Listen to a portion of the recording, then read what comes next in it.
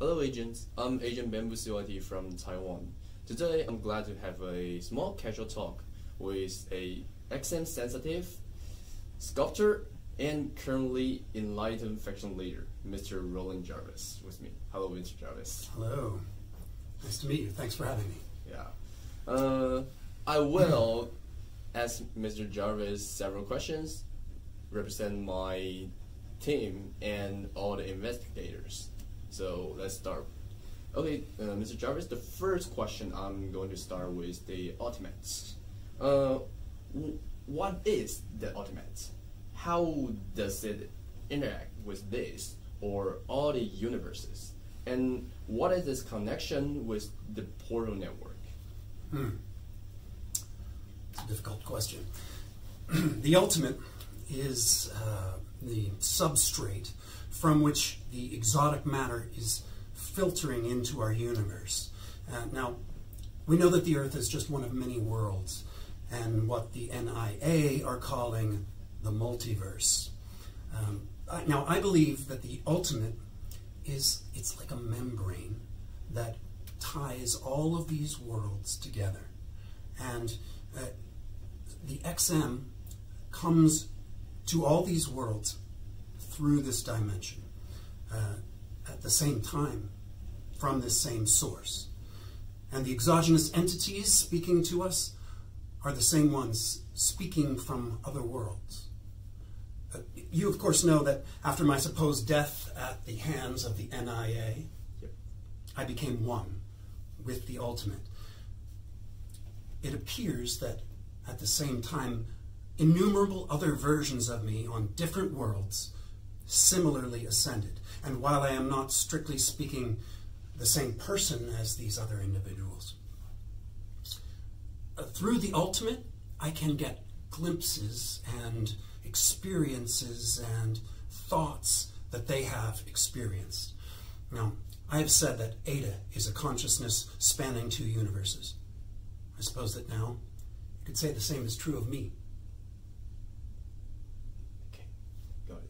Okay, let's proceed to next question. So the second question is, we heard that you met the being, perhaps called the Osiris.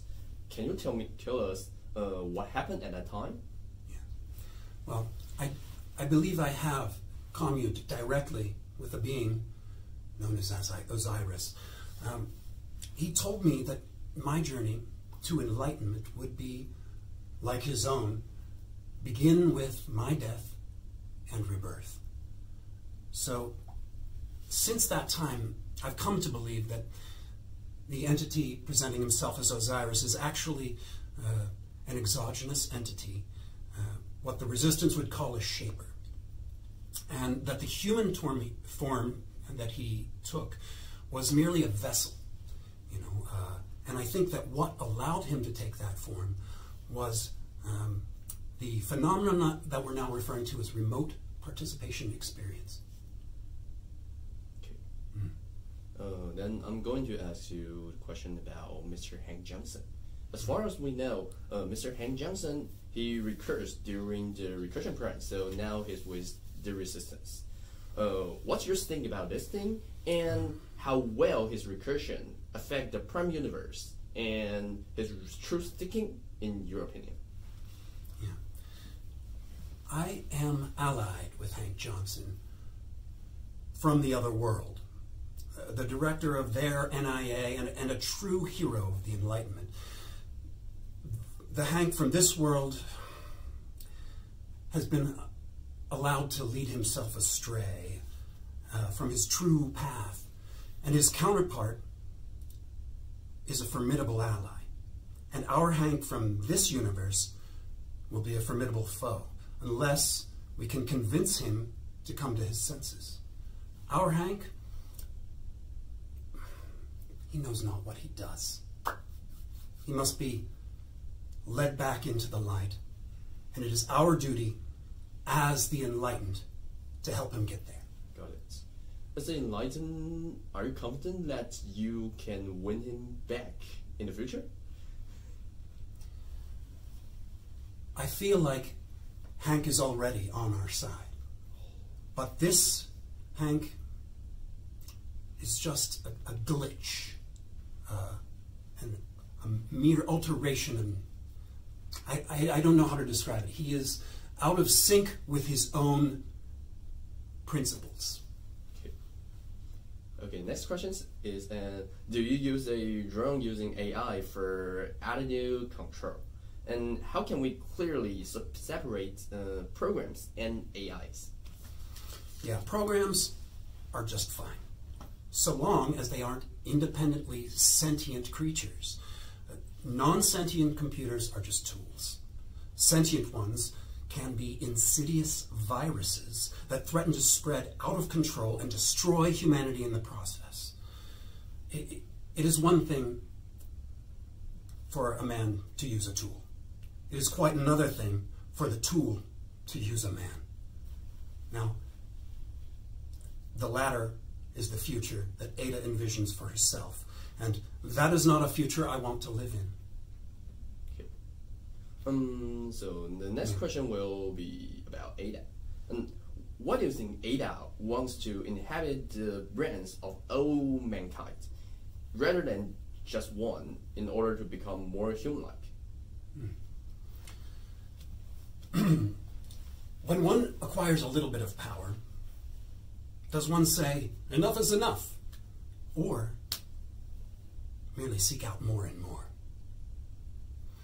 When it comes to an inhuman monstrosity like Ada, I'm afraid the answer is most definitely the latter.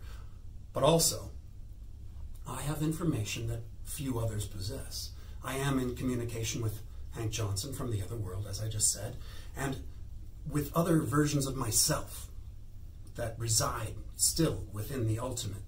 And all of those sources say the same thing. Ada's desire to become more human is not simply curiosity. It's the first step in assimilating mankind as a whole. And I will not let that happen on my watch. Well, why is Gabriel so against Ada? Is it from your guidance or from her own will? Gabrielle, my acolyte, she has good reason to hate Ada. Gabrielle was the very first candidate from the Dunraven Society study, even before Wendy. Ada tried to use her remote observation chamber to take over Gabrielle's mind and body. Gabrielle, my acolyte, has not seen fit to forgive her, and nor do I think she should. I believe that Gabrielle is of a very important lineage, which might explain the incredibly high levels of XM sensitivity that she displays. But whatever the reason, I feel that she will be an important factor in the journey yet to come. Okay. And I'm going to the last question, which is about this anomaly. What are the Darsana lands? How do they affect the future of Osiris' universe? Yeah. So, to begin, the Resistance are pursuing an elusive ideal called the Darsana Point, a point in time after which the fundamental nature of the universe is known to all mankind. The Darsana lenses are a means of achieving this. Once you know the truths of all the worlds in the multiverse, you know everything there is to know. That is what the Darsana lenses will allow them to do. And it is for this reason that we must stop them. There are truths that are not meant to be known. We as humans are meant to be constantly striving towards perfection, not to actually achieve perfection. One Darsana lens is already in the Resistance's hands. We must not allow them to obtain the other. Paramount, I say. Okay, thanks for your answers. Although I still have thousands of questions on the question list, I guess we're a bit running out of time. So thank you for your time and effort to answer my question. Thank you, Mr. Jarvis. Thank you. My pleasure.